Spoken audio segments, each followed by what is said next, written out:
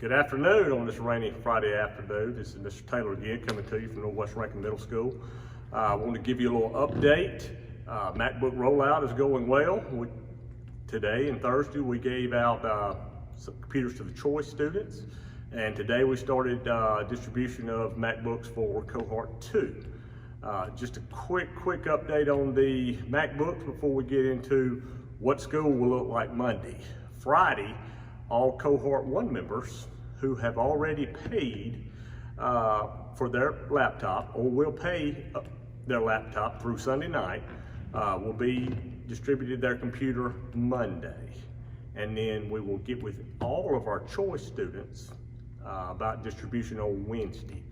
Cohort 2 students who have paid after the deadline but did not pick them up today, those computers will be available for them on Tuesday during the school day. So that's the update of our MacBook. So thank you again for your patience with that. It's gone real well. A little rain got us today, but you know, a little rain didn't hurt anybody. So moving on to what you can expect Monday, day one. And what you can expect day one involves three different scenarios. First of all, I'm going to talk about our Cohort 1 kids. Parents, this is what we ask you to do. All of our 8th graders, it'll be old hat to them, but some of our 7th graders, obviously, you know, not knowing the building, not knowing the pod. Parents, here's what we ask you to do. Here's your homework assignment for the weekend. Make sure you pull your child's schedule up in Power School.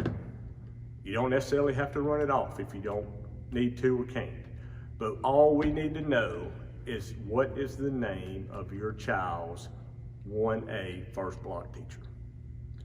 And have your child memorize that name, because as soon as he or she gets off the bus or gets out of the car, all your child is going to hear, besides good morning and welcome and going through the procedures and protocols, is who's your first block teacher. And then we're going to do that, and through our process and how we've always worked, we get your child straight to her first block teacher, and the rest is history. From that point, they'll get a schedule printed out. They will receive their math. They will receive their MacBook computer. They will receive how we swap classes, how we go to lunch. Everything will be done at that time. So that is the big thing, is whether they ride a bus or whether they're a car rider, what is their first block teacher? And if they memorize that, then it's going to be a great day, okay? The second group I want to talk to you about what Monday's going to look like is our Cohort 2. All right, our Cohort 2 will look like this. My daughter's in Cohort 2. Obviously, a few days ago, she was shocked to know that she wouldn't be sleeping all day because she wasn't in school. So some of that may come as a surprise to you, but here's how Cohort 2 will work. Those students will be expected to log on to their Canvas account, click the Zoom link, and then they will virtually log in to every class that is on their schedule. So if I'm in Cohort 2 and first block, I have Kim Rigney, then I will go to my Canvas page, I will click on her class, I will click on the Zoom link, and instantaneously I will be zoomed into Miss Rigney's math class. We're going to do a lot of social and emotional icebreakers and things of that nature, trying to get everybody familiar with, and then we will go from there. At the end of the first block, you will go to your second block. So you'll follow the 8-day schedule as it looks in your Power School or Canvas account, okay? The third group that how Monday will look will be similar to Cohort 2, will be our choice, will be our virtual. You will do the same thing. You will log into your Canvas account. You will automatically click the Zoom link, and you will be taken to your teacher's first block class. If your first block teacher's class is Will Frederick, 7th grade math, then you will be transported into that class, into a virtual classroom where you will be in there with 20, 25 other young men and women virtually, with Mr. Fred teaching you through that block.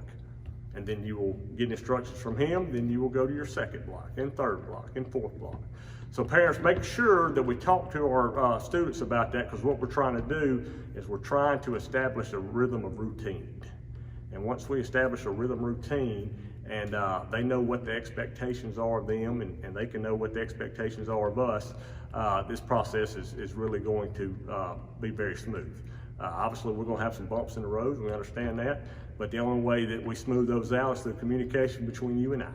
And so once we get that established, we'll move forward. But let me say this, and I've said this before, and I will always say this when it comes to leadership. Education is not a very complicated process, all right? It's not about the policies, procedures, or the programs, it's about the people. And your child and every one of your children, every one of the children here, that's what we're going to focus on.